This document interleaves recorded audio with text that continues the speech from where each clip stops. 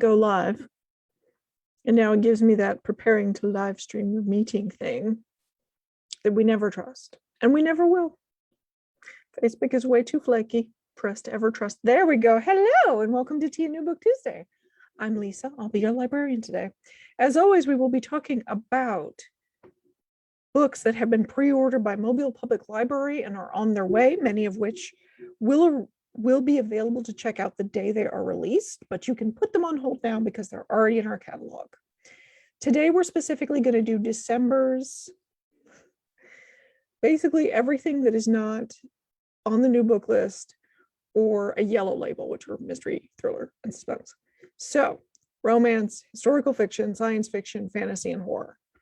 Normally, this is broken up into two separate episodes, as you well know, but I decided to go ahead and put them together so that next week we can talk about the Christmas books that have been released in the last few months, because they started coming out in like July or something. It was ridiculous.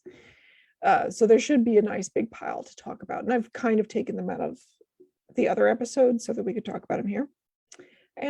Because, you know, it's the Tuesday before Thanksgiving. It seems a good time to talk about Christmas. Yeah, that's what I wanted to say. How are you guys? How you doing? What's going on? What's happening in your world? I can't hear you. Anyway, let's go ahead and start off with your favorite part of Tea New Book Tuesday and mine, the giveaway. So I have 6 books.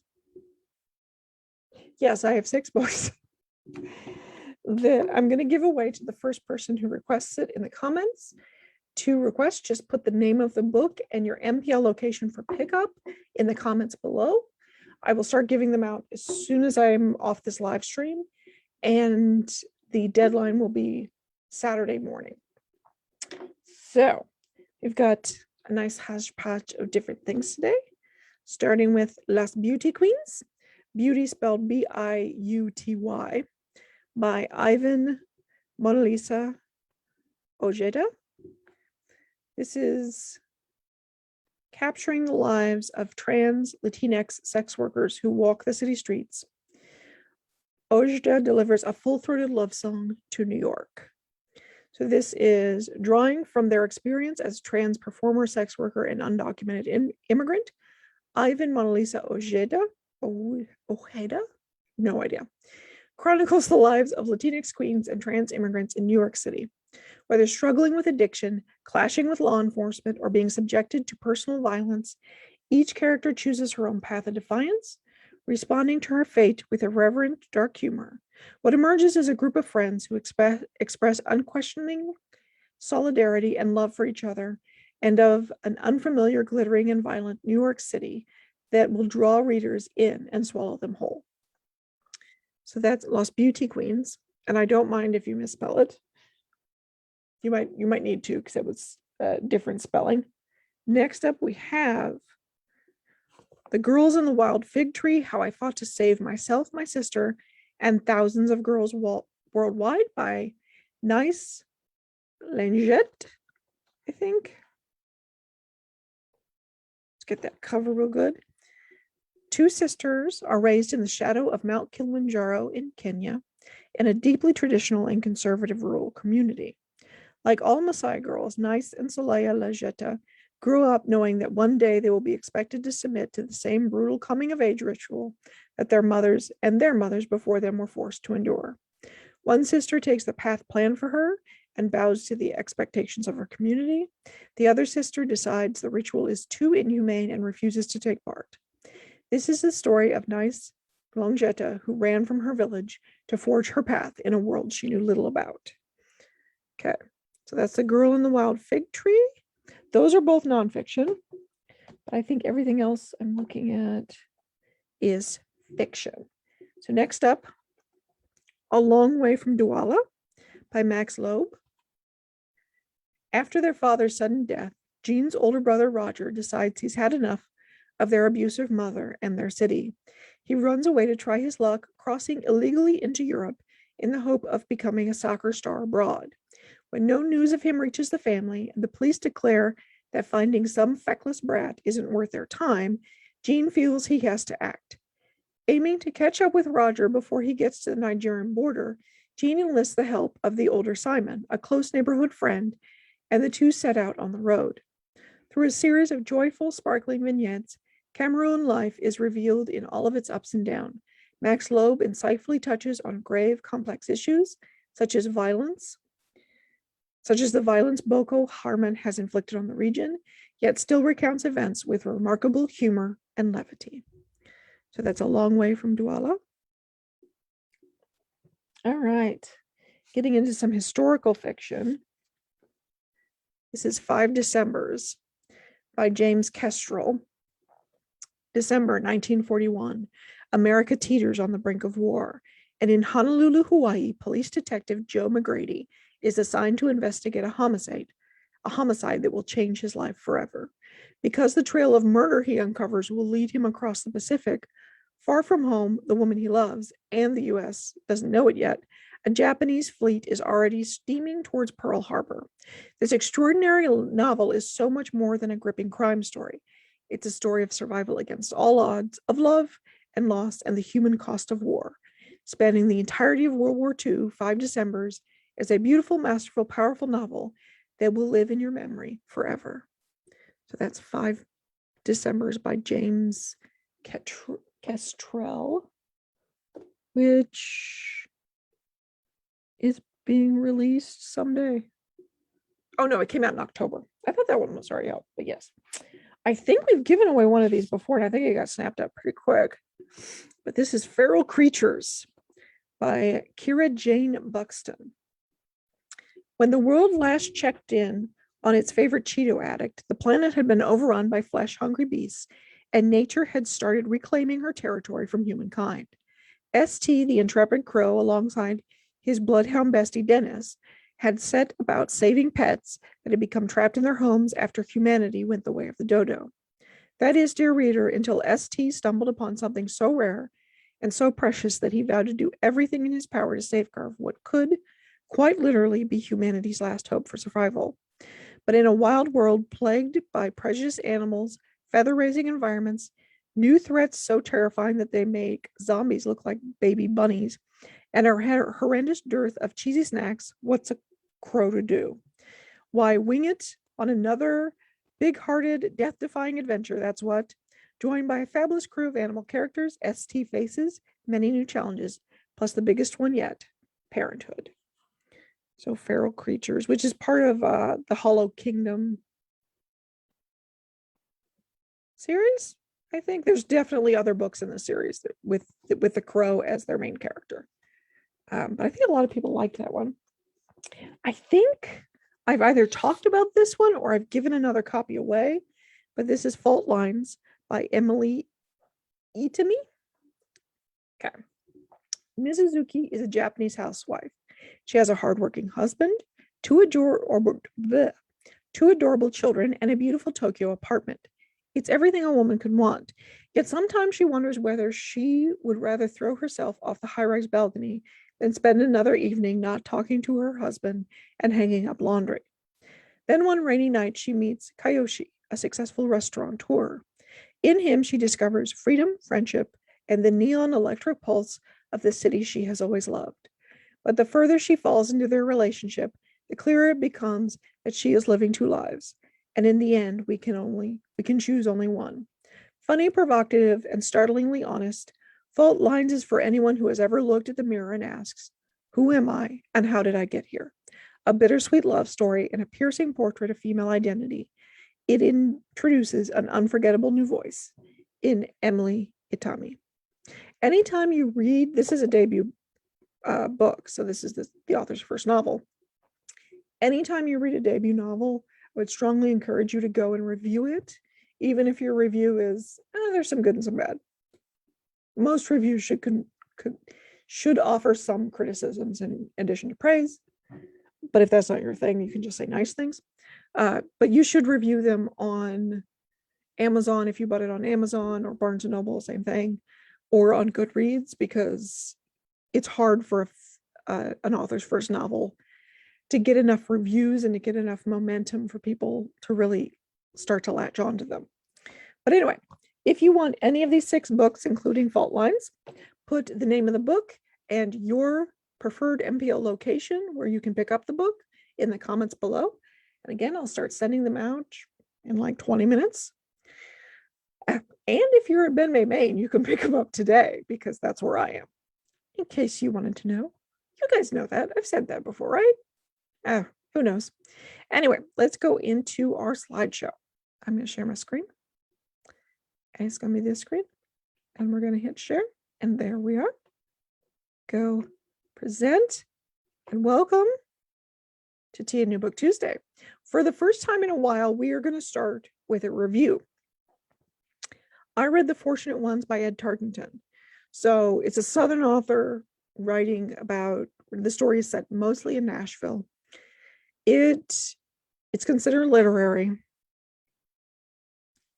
It was not my favorite literary novel I've ever read. It's well done. I feel like my problem with it is I feel like the author didn't have any strong opinions and therefore had no strong opinions to share.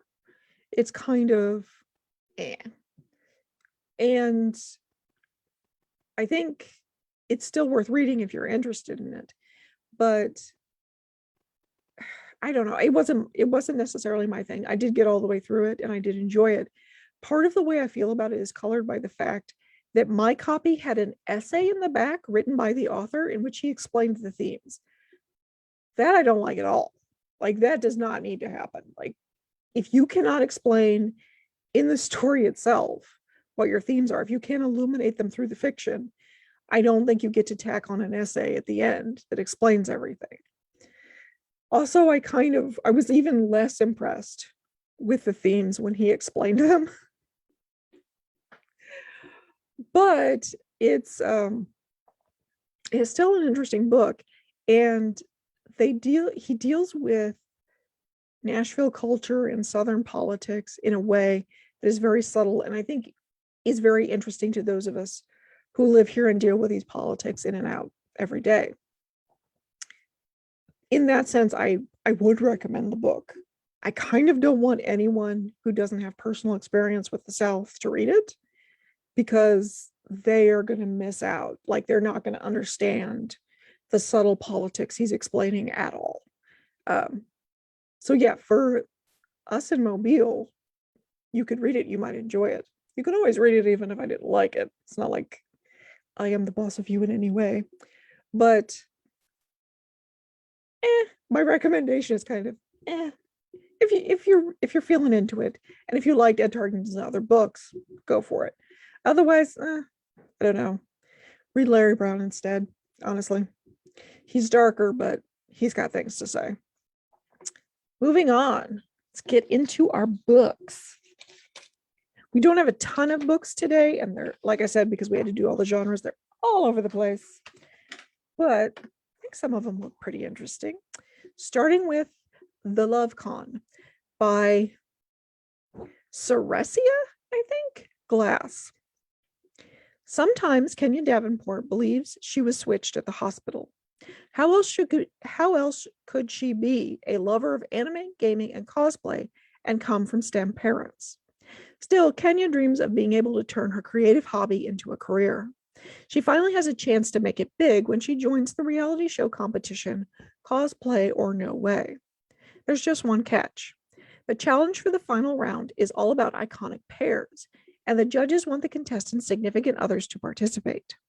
Unfortunately, Kenya is as single as can be at the moment. Luckily, her best friend Cameron Lassiter agrees to be her fake boyfriend for the show. We're playing fake boyfriend and girlfriend, so we know where this is going. Role-playing a couple in love will force them to explore what they're hiding under the mask of friendship. Can Kenya and Cam fake it until she makes it, or will she be real about her feelings, knowing it could cost her the best friend she ever had? This got a star review from Library Journal. If you are interested in The Love Con, it comes out December 14th. All right, Smile and Look Pretty by Amanda Pellegrino. Online, they're the aggressive one, the bossy one, the bitchy one, and the emotional one. In real life, best friends Kate, Lauren, Olivia, and Max all have one thing in common. They're overworked, overtired, and underpaid assistants to some of the most powerful men in the entertainment industries. When they secretly start an anonymous blog detailing their experiences, their posts go viral, and hundreds of other women come forward with stories of their own. Confronted with the risks of newfound fame and the possibilities of their identities being revealed, they have to contend with what happens when you try to change the world. I'm just realizing I'm reading one and you're looking at something else. What the Cat Dragged In is book 2 in the Whitman Street Cat Cafe series. I put it here because it's the only book that would have ended up in a discussion post. So that's what that book is. Sorry about that. Let's move on. This is Smile and Look Pretty. That's what the cover looks like. Okay. Gripping, razor sharp, and scathingly funny, Smile and Look Pretty is a fast-paced millennial rallying cry about the consequences of whistleblowing for an entire generation, and a testament to the strength of female friendship and what can be accomplished when women come together. This is a debut novel. It also got a Library Journal starred review, so it's coming highly recommended. If you're interested in Smile and Look Pretty, it comes out December 28th. All right, this is our big historical fiction title. Oh, by the way, my tea for today is half Milo's sweet tea and half Milo's unsweet tea. There was an event last week and they bought tea for it, and then we didn't use it all, which, by the way, our meeting rooms are available for reservation again. I think so. I'm like almost positive, like 93% positive. Yeah, call and ask. If you need to have a meeting, call the library and see what they'll do for you. Anyway, there was a meeting. People left tea. They told they sent out an email saying the staff could come and partake of the tea whenever they wanted. And I seem to be the only one who got that email, despite it being addressed to everyone. So it's turning into Lisa's personal stash of Milo's iced tea, which I'm kind of okay with. But anyway, so I'm having iced tea today. Now moving on to The Last Rose of Shanghai by Weena Dai Randell. Probably got that wrong. But anyway, 1940. Aiki Shao is a young heiress and the owner of a formerly popular and glamorous Shanghai nightclub. Ernest Reisman is a penniless Jewish refugee driven out of Germany, an outsider searching for shelter in a city wary of strangers. He loses nearly all hope until he crosses paths with Aiki. When she hires Ernest to play piano at her club, her defiance of custom causes a sensation. His instant fame makes Aiki's club, once again, the hottest spot in Shanghai. Soon they realize they share more than a passion for jazz, but their differences seem insurmountable, and Aiki is engaged to another man. As the war escalates, Aiki and Ernst find themselves torn apart, and their choices between love and survival grow more desperate. In the face of overwhelming odds, a chain of events is set in motion that will change both their lives forever. From the electrifying jazz club to the impoverished streets of a city under siege, The Rose of Shanghai is a timeless, sweeping story of love and redemption. This got starred reviews from both Library Journal and Booklist. So again, coming very highly recommended. If you're interested in The Last Rose of Shanghai, it comes out December 1st. All right, moving on to some science fiction, fantasy, and horror. I think we mostly have science fiction and fantasy today. So, Innate Magic by Shannon Fay. Clothing mage Paul Gallagher is desperately trying to make a name for himself in a reimagined post-war London. But in a world where magic is commonplace, sewing enchanted clothes is seen as little more than a frivolous distraction. Paul is hiding a secret, however. He possesses a powerful and illegal innate magic that could help him achieve his wildest dreams. Unfortunately, Paul confides in the wrong person, his latest crush, Captain Hector Hollister. Paul is drawn into a sinister plot that risks reigniting the machinery of war. When Hollister threatens the life of Paul's dearest friend, he realizes that his poor judgment has put his family, friends, and the whole world in danger. The only way to set things right is for Paul to undergo the dangerous ritual to become the court magician, the most powerful magician in the country. But is becoming part of the institution the best way to enact change in a terribly unjust society? This is also a debut author, and it is the first book in a new series. So if you're interested in Innate Magic, it comes out December 1st. Okay. A History of Wild Places by Shia Earnshaw. Travis Wren has an unusual talent for locating missing people. Hired by families as a last resort, he requires only a single object to find the person who has vanished. When he takes on the case of Maggie St. James, he's led to a place that many believed to be only a legend. Called Pastoral, the reclusive community was founded in the 1970s by like-minded people searching for a simpler way of life. By all accounts, the commune shouldn't exist anymore, and soon after Travis stumbles upon it, he disappears, just like Maggie St. James. Years later, Theo, a lifelong member of Pastoral, discovers Travis's abandoned truck beyond the border of the community. No one is allowed in or out, not when there's a risk of bringing disease into the community. Unraveling the mystery of what happens reveals secrets that Theo, his wife Calla, and her sister Bee keep from one another. Secrets that prove their perfect isolated world isn't as safe as they believed, and the darkness takes many forms. Hauntingly beautiful, hypnotic, and bewitching, A History of Wild Places is a story about fairy tales, our fear of the dark, and losing yourself within the wilderness of your own mind. If you are interested in A History of Wild Places, comes out December 7th. Okay, for our final book today, we have an author I love, and I think some of you have told me that you love. She writes under Mira Grant. Ew. Let me get my microphone back. There we go. She writes under Mira Grant. Her other actual name is Shauna McGuire. This book is a problem in terms of searching. The name is square to the third power. However, I've yet to find a version of that you can put into a search engine and actually get this book to come up. That might be because the book isn't coming out till December 31st, so there aren't a ton of searches for it this far in advance. But basically, you have to search Mira Grant and then sift through all the other books she puts out. And she puts out a lot of books as Mira Grant. That combined with her main name, Shauna McGuire, I think she releases like 3 or 4 books a year.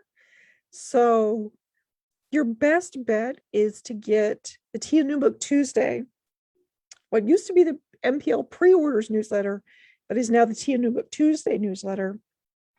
You can get to it through the link in the description of this video. And if you don't want to sign up to get it as an email every week, you can just click on the name and it'll take you to the most recent version.